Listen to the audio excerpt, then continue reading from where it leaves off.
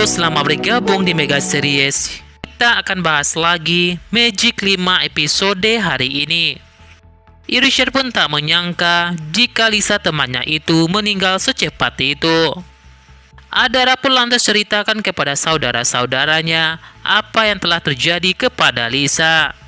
Saat itu Lisa meluapkan semua emosinya kepada Jasmine. Setelah itu Lisa pun lantas permalukan dirinya di hadapan semua orang. Bahkan saat itu video Lisa pun viral. Lisa pun seperti tak bisa dihentikan dan pergi begitu saja.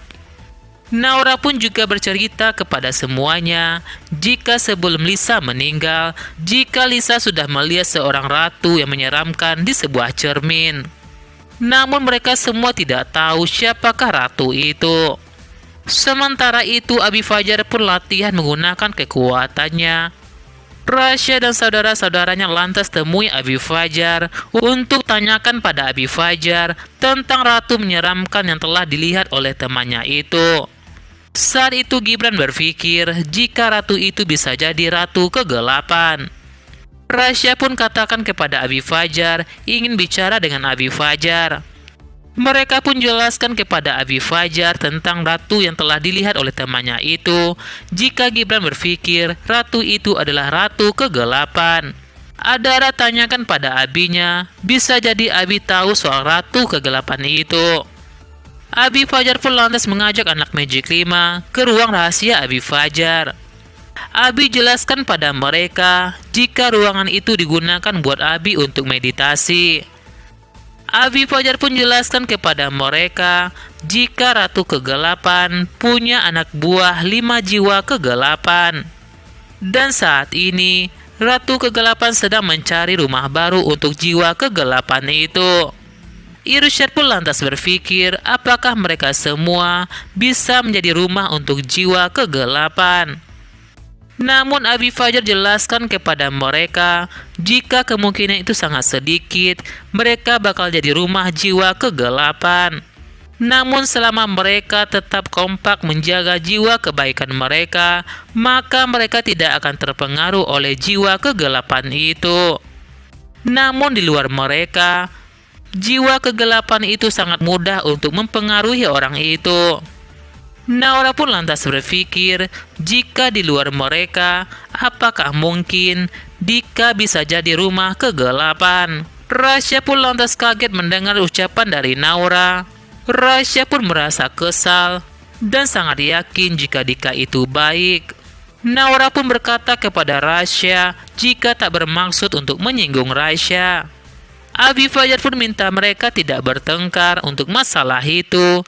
Abi Fajar pun jelaskan kepada mereka jika kemungkinan itu cukup bisa Dika jadi rumah kegelapan. Irsyad pun merasa jika mereka semua biasa saja untuk sedikit curiga kepada Dika. Mendengar ucapan Naura dan Abi Fajar, Rasya seperti tak suka jika Abi Fajar dan Naura menganggap Dika itu jahat. Lagi-lagi Rasya pun katakan jika Dika itu baik dan pergi meninggalkan mereka. Abi Fajar pun minta Naura tidak mengejar Rasya karena saat ini Rasya sedang emosi.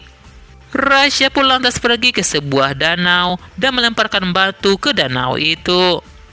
Tiba-tiba Dika pun datang menghampiri Rasya, tanyakan apa yang telah dipikirkan oleh Rasya.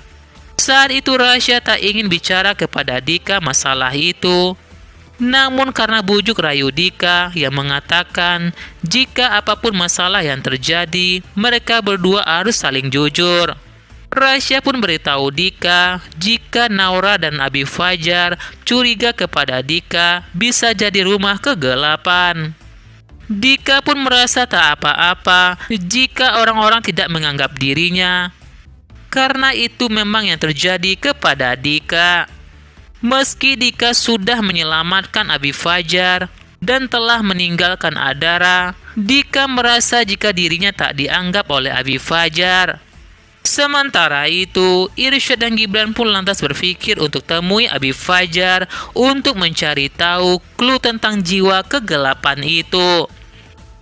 Dika pun lantas mempengaruhi Rasya jika Dika bakal keluar dari rumahnya Abi Fajar.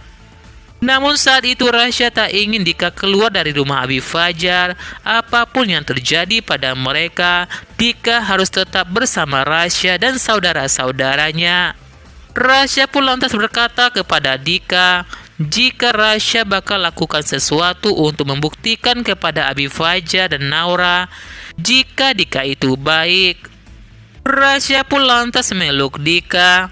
Ternyata di belakang itu, tiba-tiba mata Dika pun bersinar. Sepertinya Dika sangat senang sekali bisa mempengaruhi Rasya.